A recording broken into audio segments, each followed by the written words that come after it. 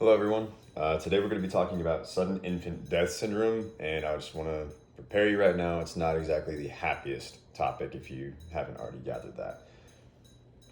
So, what is SIDS, or sudden infant death syndrome? It is the passing of a child or an infant under 1 year of age randomly in their sleep. And it's due to asphyxiation or the cessation of breathing. So, basically, they suffocate. Um, it occurs in babies, again, less than 1 year of age, and it's known as crib or cot death. And it's the leading cause of death in babies less than a year old in the US, claiming approximately 1,600 lives a year. Not exactly all that happy. I just wanted to bring that up again. So the more you know, the better you're prepared. So being able to identify SIDS is important, but there's really not all that much we can do. As far as being a first responder or being a lay responder, if you're responding to a case of SIDS, the infant's already passed. You just have to be able to identify how it happened. Um, and there's really no symptoms or signals or signs of it right now that doctors know of. I mean, they're looking into it, but they haven't been able to really find out any hard evidence as to why this is happening.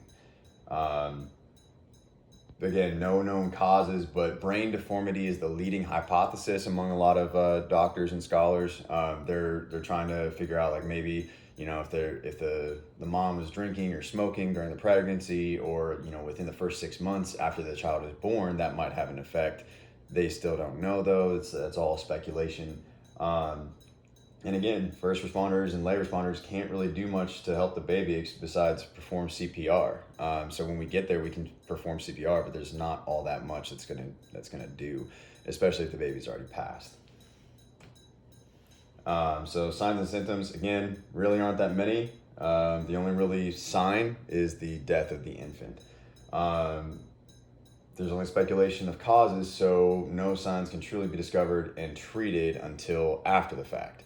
If the parent is with the kid when it's happening, they can, if they know CPR, they can perform CPR and then hopefully get that kid into a hospital where they can diagnose it further and save the baby.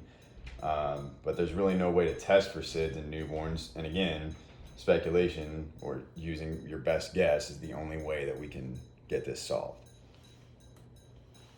Providing care, since the infant will have suffocated in their sleep, there's really no care but there are preventative measures to take, such as, you can make sure the infant sleeps on its back. You can make sure the parent is has the infant in their own room with them for at least the first 6 months after birth.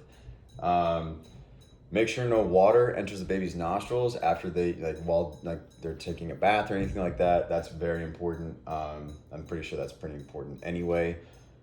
And then monitor the baby closely for 6 months to a year after birth. Since it happens in infants up to a year old, I mean, you want to be on your guard with that baby the entire time. And then, so some peculiarities to include. By a small margin, it affects baby boys more. African American, Native American, and Alaska Native babies are more affected, and doctors have no idea why. The birth weight of the baby, such as preemies, plays a factor. So if it's a premature baby or a premature birth, that could definitely play a factor in how the kid does in that first year. If the mother's younger than 20 years of age, that is from what I did my research and what I found, that also plays a factor, as well as insufficient prenatal care. And then again, the use of drugs, alcohol, tobacco, and whatnot during the pregnancy or in the first 6 months to a year after birth.